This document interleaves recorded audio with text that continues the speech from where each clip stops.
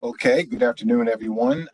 It looks like we're getting messages all over the place saying that we have access and internet outages all over the place, all over the city. And we actually had one ourselves here probably about 10 minutes before I logged on. I lost internet access. So clearly something's going on with the system, but we're gonna try to power through and hopefully we won't have any issues that go on while we're actually doing the presentation. If you happen to get kicked out or something happens, then obviously feel free to go back to the link and just try to get back in as quickly as you can. So good afternoon, everyone, and welcome to the first of the Office of Open Government series of webinars for DC government FOIA officers on various DC Freedom of Information Act topics. These webinars will run each Tuesday from today through August 13th, beginning at 1 p.m.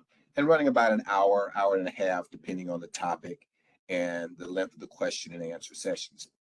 I'm Louis Neal. I'm the Chief Counsel for the Office of Open Government, and I'm joined by the Director of Open Government, Nikel Allen, and OOG's FOIA Officer, Attorney Advisor Anthony Skirbo. You've already met him. So in the interest of time and completing the presentation, I will ask that you direct any questions that you may have during the presentation to the chat box, where Director Allen or Anthony will happily respond. I've also asked Anthony to get my attention if a profound question or comment arises and he believes that either myself, the director, or he should elaborate upon it immediately. And of course, you'll have an opportunity to ask any questions at the end of the presentation. This presentation is intended to be interactive in that you will be presented with brief scenarios with multiple choice answers for each topic. So you're encouraged to participate by typing your answers in the chat box. So with that, let's get started. So this is basic training for beginners, Freedom of Information Act of 1976. Again, it is a series, so this is going to be pretty fundamental, the things I'm going to run through. Obviously, over the next few weeks, some of the topics will be elaborated upon much more deeply. So, DC Official Code sections 2-531 through 2-540, and here are the different topics of FOIA: public policy, right of access to public records, allowable costs, time limits, letters of denial, exemptions from disclosure, recordings of final votes, information which must be made public, administrative appeals, oversight of disclosure activities, definitions, and the short title. There are additional sources of interpreting DC FOIA and processing requests can be found in DC FOIA regulations at 1 DCMR section 400, in independent agencies DC FOIA regulations, the Mayor's Office of Legal Counsel, the Mayor's Office of Legal Counsel advisory opinions, and various case laws. Other sources for interpreting DC FOIA are the Department of Justice, OOG's FOIA advisory opinions, agency program manuals, and Office of Government Information Services at all of those links. And I will make sure that after the presentation, everyone gets a copy of this PowerPoint presentation. So, no need to feel like you need to write every single thing down or that you're going to be missing something, because we'll be moving along relatively briskly. So, what are records under DC FOIA? Some records do not require a FOIA request. Records that must be available to the public without the need of a FOIA request includes employees' salaries, titles, and employment dates. You ought to know that because all of your information is all over the internet. Anybody can go to DCHR's website and find out how much money you make and all that. So you know that. Contract expenditures, budgets, manuals, policies, rules, opinions, orders, and meeting minutes of open proceedings of public bodies. You do not need a FOIA request in order to get those documents or that information. Public records include all books, papers, maps, photographs, cards, tapes, recordings, voting data, or other documentary materials, regardless of physical form or characteristics, prepared, owned, used in the possession of, or retained by a public body. Public records include information stored in an electronic format as well, so it doesn't just have to be paper. And that is those are the relevant statutes. So we will now start some of our scenarios and fact patterns. So pay attention and get ready to start typing into the chat box. So, is the text a public record? So here's an interaction between two DC government employees. Nick tells a fellow employee, I'm looking for my government issued cell phone and I will text those government statistics the office has compiled to your government cell phone. So, for purposes of public records, are text messages public records? And here are your options. A, no, text messages are not public records. B, no, if it's between government employees, it's private. C, it is up to each agency director to decide if they want agency text messages to be records. Or D, yes, they meet the definition of public records. Give you a few seconds. Let's type your answer into the chat. And if you answer D, then you are absolutely correct. They do meet the definition of public records. In a March 16, 2022 advisory opinion, the director of open government opined that a district government employee that conducts government business through text or similar electronic methods under the scope of employment does indeed create a public record under DC FOIA.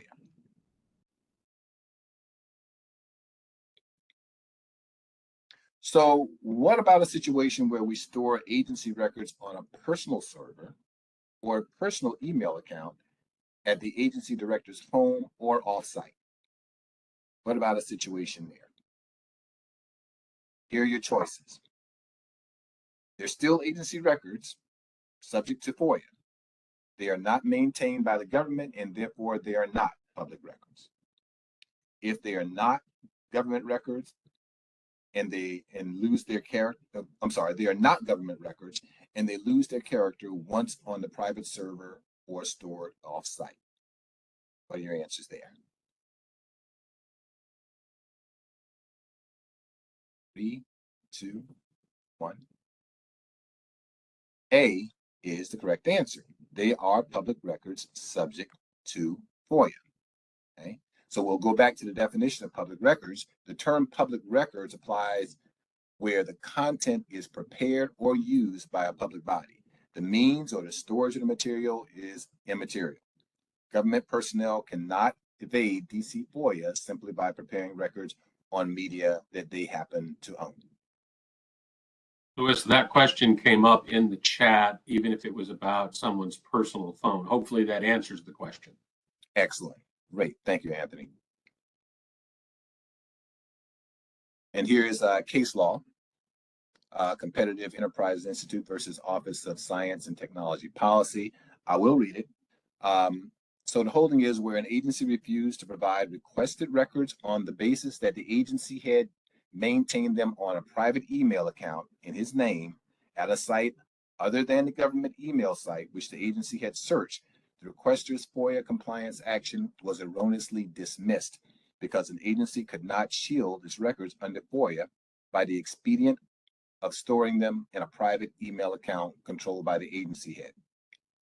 If the agency head controlled what would otherwise be an agency record, then it was still an agency record and still must be searched or produced. It was not apparent that the domain where an email account was maintained controlled the emails therein to the exclusion of the user. The agency's claim was inconsistent with the purpose of FOIA, which was to serve the citizen's right to be informed about their government.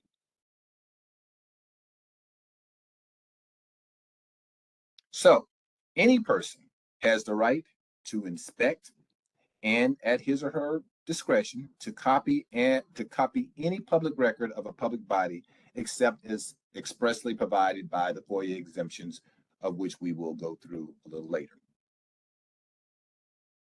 So the question arises then, who is any person that may submit a DC FOIA request? So does any person refer to any District of Columbia resident, any natural person, I guess, as opposed to an unnatural person, a person, natural or corporate, regardless of their residency or location?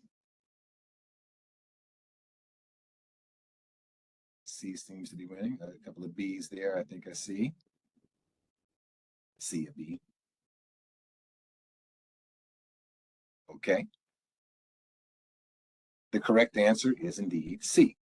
Now, in Virginia, while in Virginia, you must be a Virginia resident in order to submit a FOIA request for Virginia records. That's a bit unique. But under DC FOIA, any person, including non-residents and corporate entities, may qualify as any person and submit FOIA request.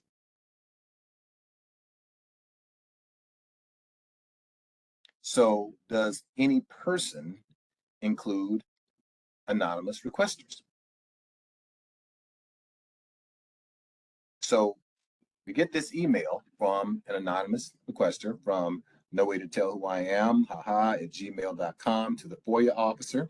You have the date and you have the subject of the request, which is DC FOIA request. And it says, dear FOIA officer, I'm requesting copies of all records you have that mention Ray Ray's Boom Boom Room nightclub. Not a good place, no need to go there. I'm willing to pay up to $100 for these records.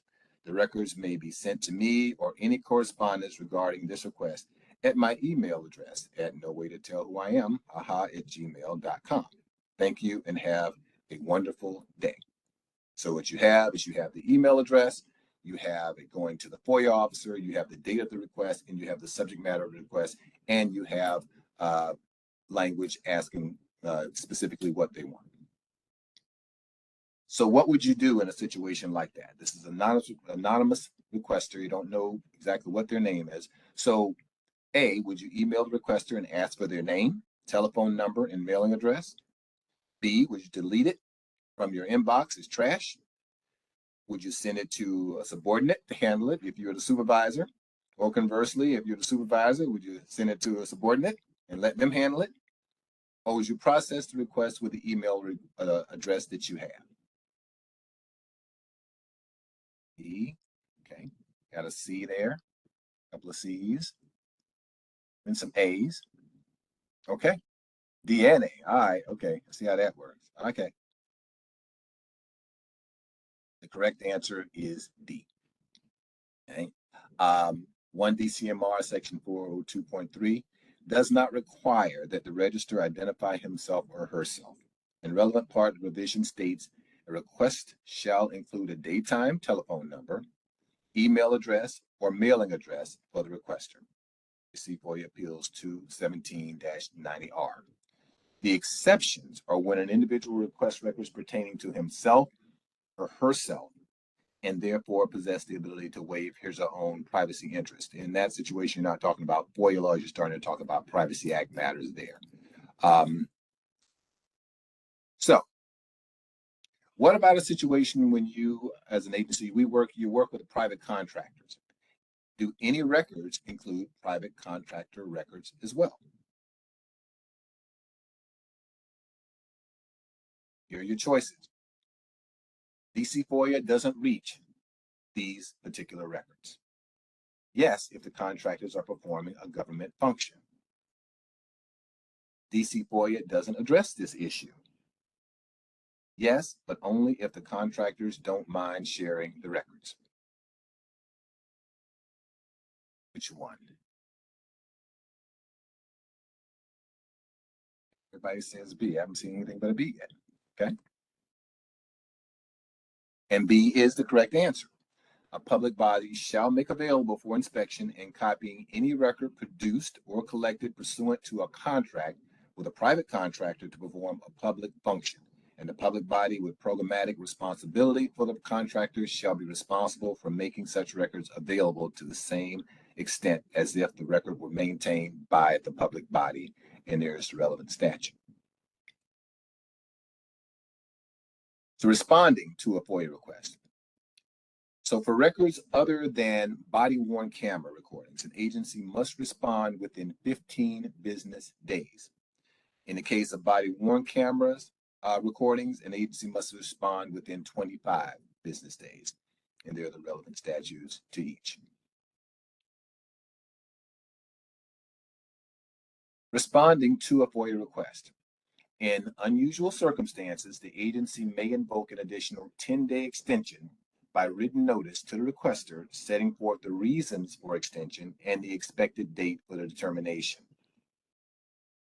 DC Official Code Section 2-532E provides that failure to timely respond to a FOIA request is deemed a denial of the request.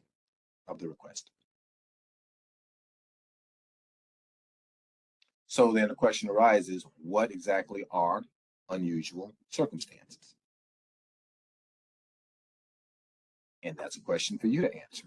What are unusual circumstances? Here's your scenario. FOIA officer believes that the request for the review of 20 emails, given other non-FOIA responsibilities and the fact that the FOIA assistant is on leave, those are unusual circumstances, and he invokes the extension. So your options are, that sounds unusual. I agree, and I think it's all right. B, DC FOIA states what are unusual circumstances. C, DC FOIA does not provide guidance on the issue. This is decided by the agency guidelines. A, B, or C. You would agree with the FOIA officer and think it's unusual. DC FOIA states unusual, what unusual circumstances are, or there is no guidance. Of course, there's guidance. The answer is B. DC Official Code 2-532D2, unusual circumstances are defined as the need to search for, collect, and appropriately examine a voluminous amount of separate and distinct records that are demanded in a single request. Simply just too many records, so many. The need for consultation, which shall be conducted with all practical speed with another public body, having a substantial interest in the determination of the request, or among two or more components of a public body having substantial subject matter interest therein, or, in the case of body-worn camera recordings, the inability to procure a vendor that is able to perform the redactions within the 25-day time period, provided under this subsection C2. Good, those are answering these questions, great. So, communication may result in cooperation. You'll find that when it comes to these FOIA requests, communication is obviously key. Someone makes a request, you have to be very responsive. And failure to communicate can obviously be a problem. So here's the court's take on communication in a fraternal order of police versus District of Columbia case. In a 2016 decision, the court stated, FOIA requester and the district entity receiving a request are not or should not be in an inherently adversarial relationship. Litigation is authorized as an enforcement mechanism, but it is not meant to be the inevitable path. Each case has presented its own discrete issues, but the constant is an apparent inability or unwillingness by both parties to communicate effectively to achieve the objectives animating FOIA. Both parties seem to have forgotten what FOIA is all about. In other words, the court simply said that we're public servants and that we should act in a cooperative and a collaborative way with the requesters. And communication is the way to achieve that. So in those rare instances where someone says they need it yesterday, so you have a request to expedite the processing of a FOIA request. So you receive a DC FOIA request seeking expedited processing. The request states and demonstrates a compelling need under federal law for expedited review. So the question is, may you ignore the request completely process the request under normal FOIA time frames and explain that there is no expedited review under district law, or expedite the request and respond to the requester prior to the 15-day period, plus any lawful extension.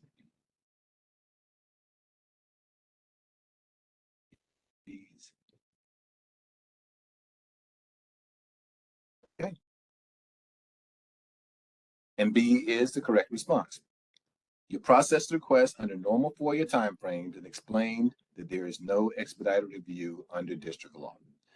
While there is a provision to expedite federal FOIA requests, there is no such provision in DC FOIA.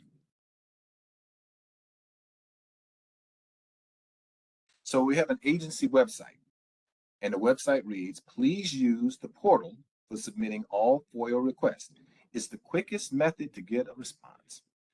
The FOIA response may be the simplest and the best means to submit and process FOIA requests, but may an agency require the public to submit through the portal?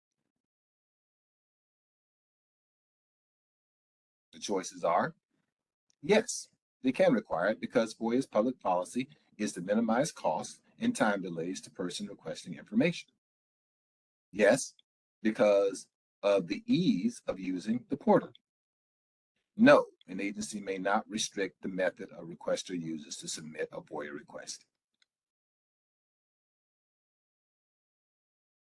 Okay.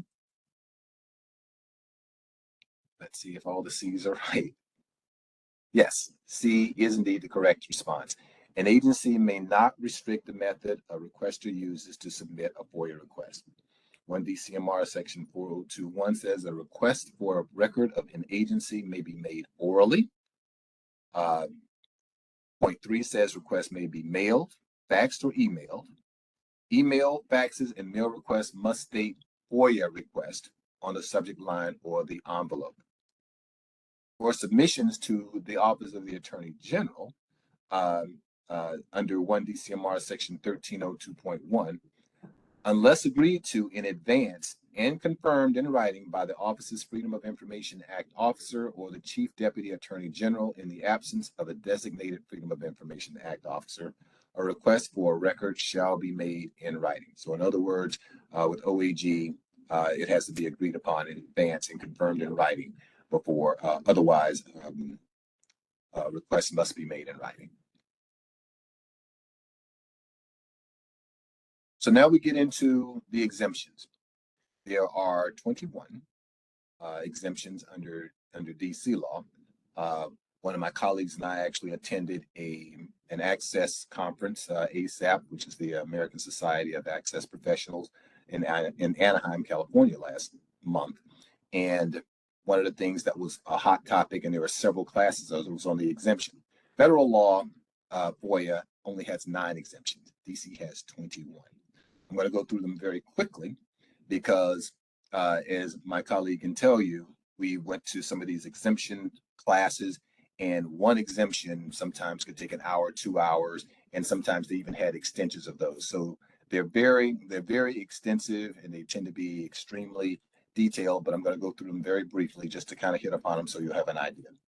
So exemption 1 is trade secrets and commercial or financial information obtained from outside the government to the extent that disclosure result in substantial harm to the competitive position of the person from whom the information was obtained. Exemption 2, personal privacy. Information of a personal nature where the public disclosure therefore would constitute a clearly unwarranted invasion of personal privacy. And 2A, any body-worn camera recordings recorded by the Metropolitan Police Department, either inside a personal residence or related to an incident involving domestic violence, stalking, or sexual assault as defined by the DC Code. Exemption 3, investigatory records compiled for law enforcement purposes, including records of counsel investigations and investigations conducted by the Office of Police Complaints, but only to the extent that the production of such records would interfere with the enforcement proceedings, counsel investigations, or Office of Police Complaints ongoing investigations, deprive a person of a right to a fair trial or an impartial adjudication, constitute an unwarranted invasion of personal privacy, disclose the identity of a confidential source, and in the case of a records compiled by a law enforcement authority in the course of a criminal investigation or by an agency conducting a lawful national security intelligence investigation, confidential information furnished only by the confidential source. Disclose investigative techniques and procedures not generally known outside of the government or endanger the life or physical safety of law enforcement personnel. Exemption 4, common law discovery privileges. Obviously, attorney work product, which applies to documents prepared by or for an attorney in anticipation of litigation, no matter the status or stage of the litigation. Attorney-client privilege protects confidential communications between the agency and attorney and deliberative process, the method through which an agency creates policies, opinions, rules, and regulations. So to qualify for this exemption, the record must be both pre-decisional and deliberative. Pre-decisional documents are those generated before the adoption of an agency policy. A document is deliberative if it is a part of the agency give and take of process by which the decision itself is made. The rest of the exemptions, and I'll go through them relatively quickly. Future examination test questions. It would be nice if you could FOIA test questions in advance. Information specifically exempted by other statutes. National security matters. Antitrust investigations. Arson investigations. Emergency response plans. Social Security and federal employer ID numbers. Whistleblowers. Homeland Security records. Sealed criminal records. Critical infrastructure. Teacher evaluations, certain information of private vehicles for hire, information and records of the Clemency Board, records in the custody of the unclaimed property administrator, work order data regarding deficiencies and vulnerabilities of public schools, parks, and recreation facilities, physical and mental evaluations and their resulting reports pursuant to the DC Health Occupations Revisions Act of 1985. This 21st exemption was just recently signed by the mayor, and it's currently under congressional review, and the expected date that would be dealt with is August 1st. So here in a couple of weeks.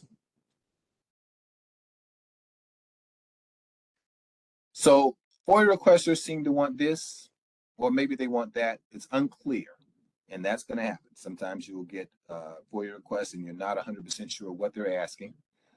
So in a situation like that, should you, A, contact the requester and seek clarity, B, put the request on hold until the requester inquires about the request.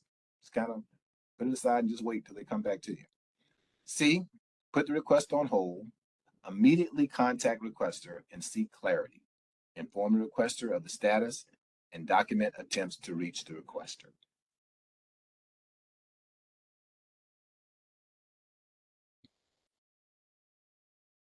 Okay, let's see.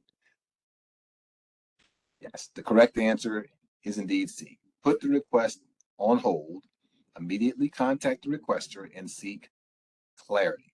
Inform the requester of the status and document attempts to reach requests. This goes back to what we were talking about earlier about communication. Most times people are fine as long as you're communicating with them and giving them a status of their requests. And here are the rules that apply. 402.4, a request shall reasonably describe the desired record where possible, and where possible, specific information regarding names, places, events, subjects, dates, files, titles, file designation, or other identifying information shall be supplied. 402.5, where the information supplied by the requester is not sufficient to permit the identification and location of the record by the agency without an unreasonable amount of effort, the requester shall be contacted and asked to supplement the record with the necessary information. Every reasonable effort shall be made by the agency to assist in the identification and location of requested records. 407.3. If a requested record cannot be located by the information supplied, the requester shall be so notified. Just simple communication. 405.6. When the Freedom of Information Officer, pursuant to 402.5, contacts the requester for additional information, then the request is deemed received when the FOIA officer receives the additional information.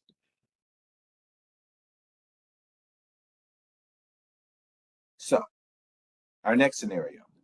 So, in addition to other information, a responsive record to a FOIA request contains a citizen's name, home address, and telephone number. Okay, that's what's on the requested record. The FOIA officer denies the request and withholds the entire record. Is this the correct decision? A, yes, to protect the citizen's personal privacy. B, no, it became public once turned over to the district. C, redact the personal information and then release it. Or D, redact the name and release.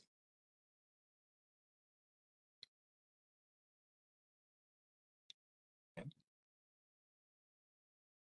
And C is the correct answer. The redaction rule under DC Official Code Section 2-534B.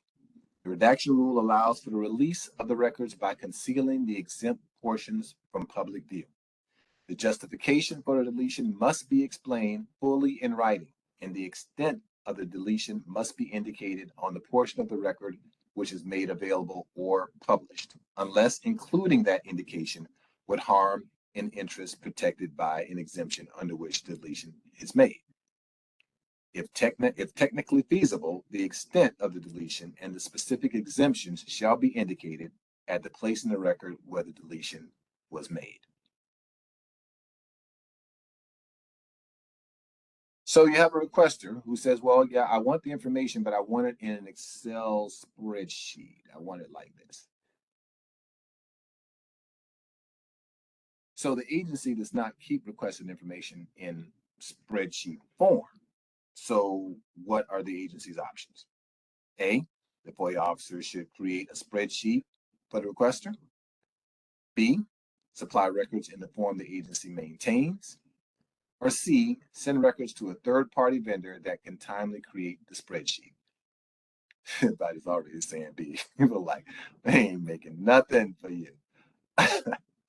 And the correct answer is indeed B. FOIA does not require an agency to create documents or opinions in response to an individual's request for information or to obtain records from another agency, nor does an agency have to respond to questions disguised as a FOIA request. And there is the relevant case law.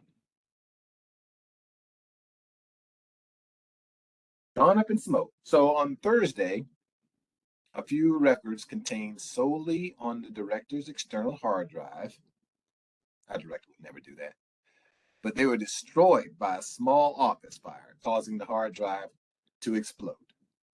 The next day, FOIA officer receives a FOIA submission requesting copies of some of the destroyed documents.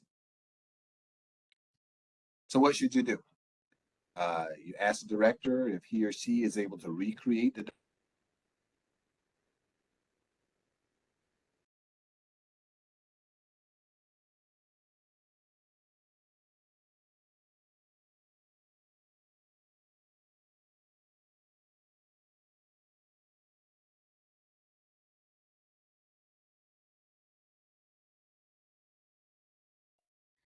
It looks like we may have lost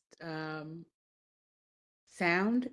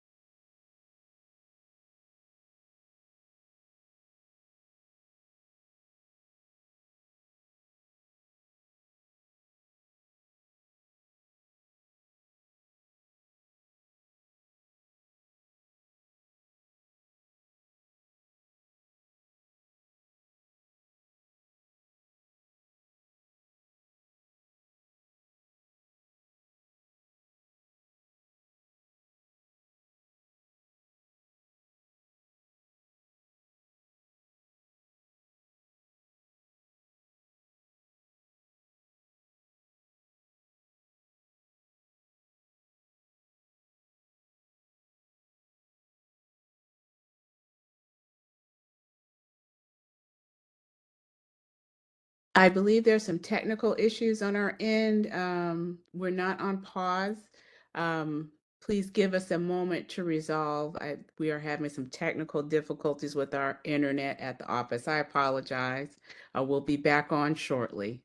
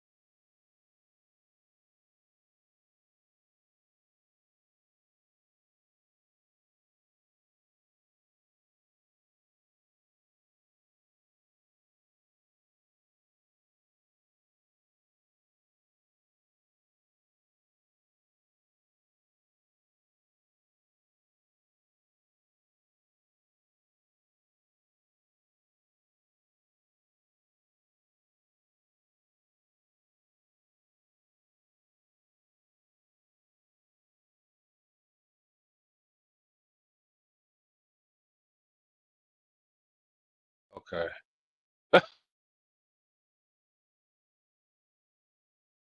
Looks like we are back on. So give us a couple minutes to get the slides reloaded. We apologize for the inconvenience. I see a lot of you all were dropped off as well. From what we understand, Octo is having some difficulties with our secure internet. So we apologize for the break in the presentation. We'll give everyone a few minutes to get back on and for Attorney Neal to get his presentation back up. I see he's back. Yep. So thank you, everyone. Yes, thank you so much, everyone. And we had just about made it. We had just about done it. And it did that. So we're gonna give a few more minutes here. For everyone to get back on. So I'm going to Right. share the screen. There you are. Yeah, I'm going to share the screen again here.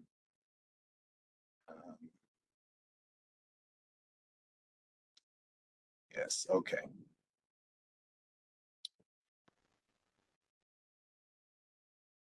We're almost there. We're almost there. Almost made it.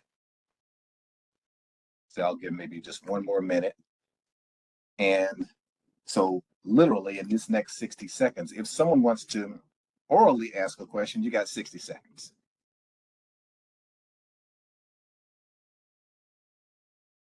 Well, so that we're aware, Lee Hagee from Aussie had asked a couple of questions earlier on in the chat. Nikel replied to one. As to the other, and this is for Lee and for others, there is now statutory language regarding text messages. And unfortunately, we lost the chat, but I don't believe. Basically, I think the question was about the advisory opinion and whether we were going to issue more guidance about text messages or a follow-up to our 2022 advisory opinion on text messages. And no, we're not looking to follow up with another advisory opinion. And as Attorney Skirbo was saying, there has been legislation that has clearly stated that text messages are records. So there is an affirmative obligation, as you've heard in this in the course, to retain those records. Now, as to whether EOM has put a policy out about that, they have not, to our knowledge. So hopefully they will, but to my knowledge, they have not yet. I hope. And as far as best practice goes, nationally and locally, what we advise is if you use a personal device or as far as text messages go, that as soon as practicable, a copy of the text message from the personal device, the personal account, whatever, is forwarded to an official DC account so that it is also included in records retention. That's not to say that the personal account or the personal device is excused from being subject to the material, but that way you've got the backup and it's also available. The generated record is also available on an official DC account and or server. And I believe the question was about DC devices because they do not automatically keep your data when you upgrade your phone. DC government does not, your text messages. So those are sometimes lost. So that question has not been resolved by Octo, but I would suggest you direct that question to the Office of the Chief Technology Officer, and they can give you some guidance about upgrading your phone and preserving whatever is on there once your agency moves to upgrading your devices. And I will throw it back over to Attorney Neal, Chief Counsel Neal, to continue the presentation. And thank you, everybody, for your patience. Thank you all very much. Sorry for the outage. But what we'll do is I'll go back over denials. Yes, we do deny requests sometimes, and denial by a public body must contain the specific reason for the denial, including citations to the particular exemption under Section 2-534 relied on as authority for the denial. The name or names of the public officials or employees responsible for the decision to deny the request, and notification for the requester of any administrative or judicial right to appeal under DC Official Code 2-537. Appeals. A requester who receives a letter of denial or where an agency fails to supply the record within the statutory time frame may file an administrative appeal. They can file it with the mayor's office, or they can institute a proceeding in DC Superior Court. Appeals must occur within 5 days, excluding Saturdays, Sundays, or legal holidays, or receipt of an administrative FOIA appeal. The agency must file a response.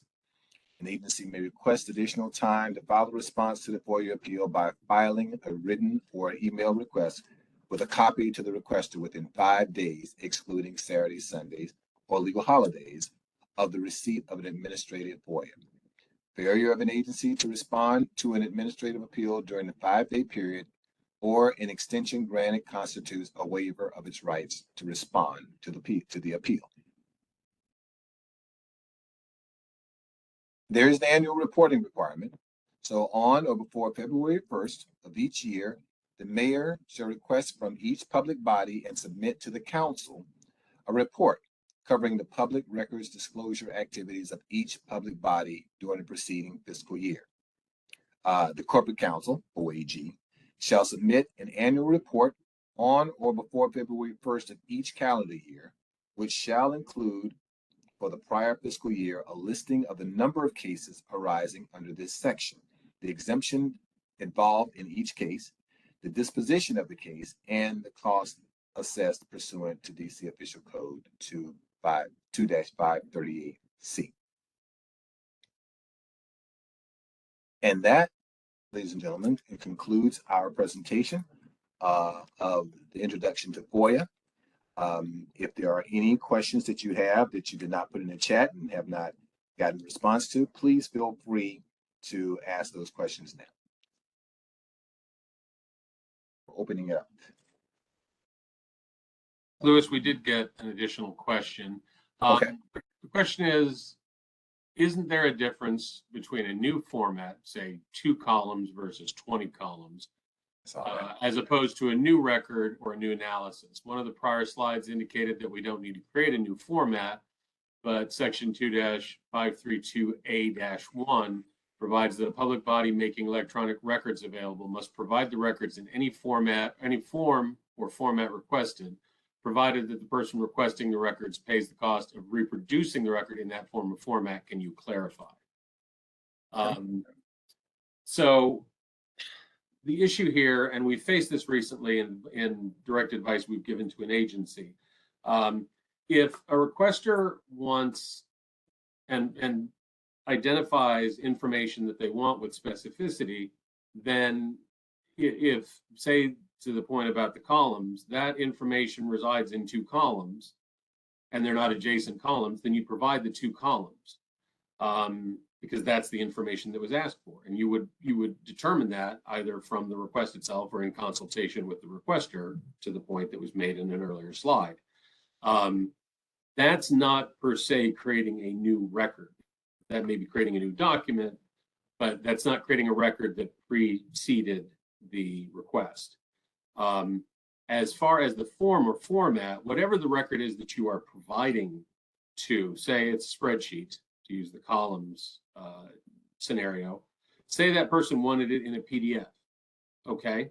So instead of providing it in an Excel file, you're providing it in a PDF. You would then provide it in a PDF or a Word doc or something else. So A-1, shall provide the record in the form or format. If the person wants it in a printout, you provide it in a printout, provided they pay the cost of reproducing in that form or format. It's not analysis, it's not conversion except into the format. It's not questions under the pretext of etc. It's taking the record and putting it in a format. It's not changing the record per se. Hopefully that answers the question. And then additionally, we had the question, will the slides be shared? Yes, we can provide the slides to, and the only thing we ask is that, again, this is training for DC FOIA officers and, related DC government legal. We ask just, that it doesn't get shared outside.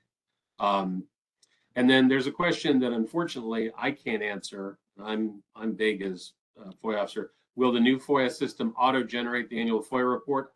Not to my knowledge, but I can't speak to what GovQA's total capacities will be come the time when we're compiling. You're going to have to ask either Octo or GovQA. I'm always suspicious of anything that I've not hand checked, so I would always recommend that you double check that.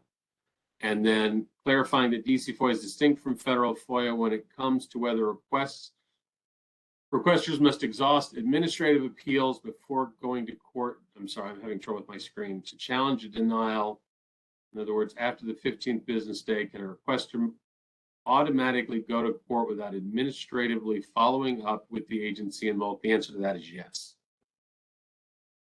And then next Tuesday, per what the director said in the chat, we'll be going over the fees for that question. And then we got another one. What if the CIO, Octo, or IT department advises not to provide in a specific format because of metadata concerns and recommends PDF instead? Unfortunately, the law requires that you provide in the format that the requester asked for. So you would need to perform sufficient redaction and apply and show, and we say in math class, show your work. Show the redactions and the exemptions that you're applying. But if somebody asked for an Excel spreadsheet and wanted the material in Excel, that's not to say you have to provide them the original Excel spreadsheet, but you have to provide them the record in Excel. How you handle the metadata, can be left to interpretation. Bear in mind that, it's subject to appeal. So if you choose to exclude metadata and exclude whatever, that's a choice that you can make in fulfilling your request. And then if it's appealed, it goes to the appellate authority. But A-1 does say that, public body shall provide the record in any form or format requested. So you don't get to specify a PDF out of concerns about metadata. If asked to provide it in Excel, you provide it in Excel. But it does not necessarily have to be. Pointer, may I interject? Yeah. As a practice pointer for all you FOIA officers, the best thing to do is to always communicate with the requester.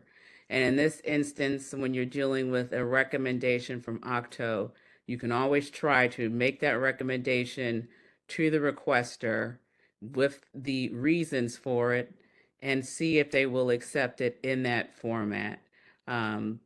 One of the important things, and I'm going to get into that next week, as it's kind of a practical pointers for being a FOIA officer, is that communication with the requester community. Do not be afraid to reach out to them, to let them know the issues that you may be having on your end. I think it goes a long way to getting the requests fulfilled and to developing with a relationship with folks outside of the government, to where you're not trying to hide the ball or keep everything from them. It is just a practical concern. And obviously the director's point, we have fiduciary duties to protect information as well. So while we're certainly trying to comply with all requirements in the public policy of the district, by the same token, the metadata reference, et cetera, is information that may very well need to be protected. And the sort of segue, our last question appears to be, could you please give guidance on how to interact with a hostile and rude requester? Specifically here, DHCD staff has been receiving disrespectful and threatening messages from the requester. I can tell you that with threatening messages, that needs to be reported to the appropriate authority. Threats per se are not tolerated or part of a normal. There's no threshold for tolerance of threats in any information request in any government context. So you should immediately report any threats made to either NPD or your counsel for them to take appropriate action. As far as disrespect, that is, again, for your FOIA officer and your counsel or your administrative head lead to make a determination on. There is not per se the FOIA legislative or statutory authority in this jurisdiction does not, unfortunately, have either vexatious provisions or hostile, or I'm going to forget the word I'm wanting besides vexatious, but where it's meant to be or mischievous.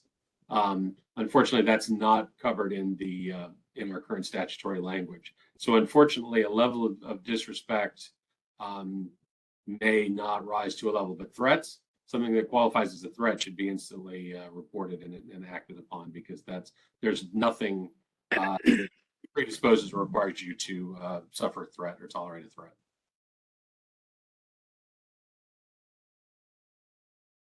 And we got a thank you from Lee. We appreciate the compliments. We hope that this has gone well for everybody, and we look forward to the rest of the series. I know the director and our colleague Brandon Lewis and myself will all be up at various stages, as well as having folks from the civil shop over at OAG at the end of the series. And we look forward to your questions and your participation. Excellent job, Chief Counsel. Thank you. Thank you very much. And I appreciate all the great questions and all the insight and the interest. And I'll leave it to for our director to close us out. So thank you very much, Chief Counsel Neal. Please join us next Tuesday. I will be facilitating understanding the FOIA process. So I'll be going through kind of building off of what you learned today from Chief Counsel Neal's presentation and taking you through some more practical steps. It probably won't be as fun and entertaining as his. It will be a lot of lecturing, so to speak.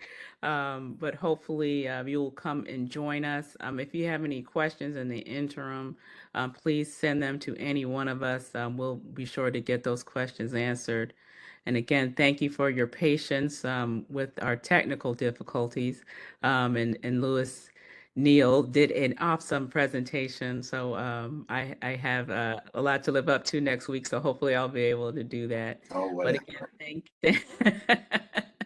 thank you all so much for Thank you all. being here. Thank you for serving as FOIA officers and for advising FOIA officers at whatever capacity you're in. If you need legal credit, I know we're at that time of year where we're trying to get our hours. We have a contact for the Mayor's Office of Legal Counsel, and there's a form that you need to fill out to get credit for participating in this training today. Which we did send out with the original announcement, but if you need it, please do contact us. So thank you all so very much for your time and attention. And with that, we will conclude today's training, which has been recorded. And as Chief Counsel Neal said, you will receive the training materials. So have a great day, everyone. Stay cool and safe, and we will see you next week. Bye-bye. Thank you.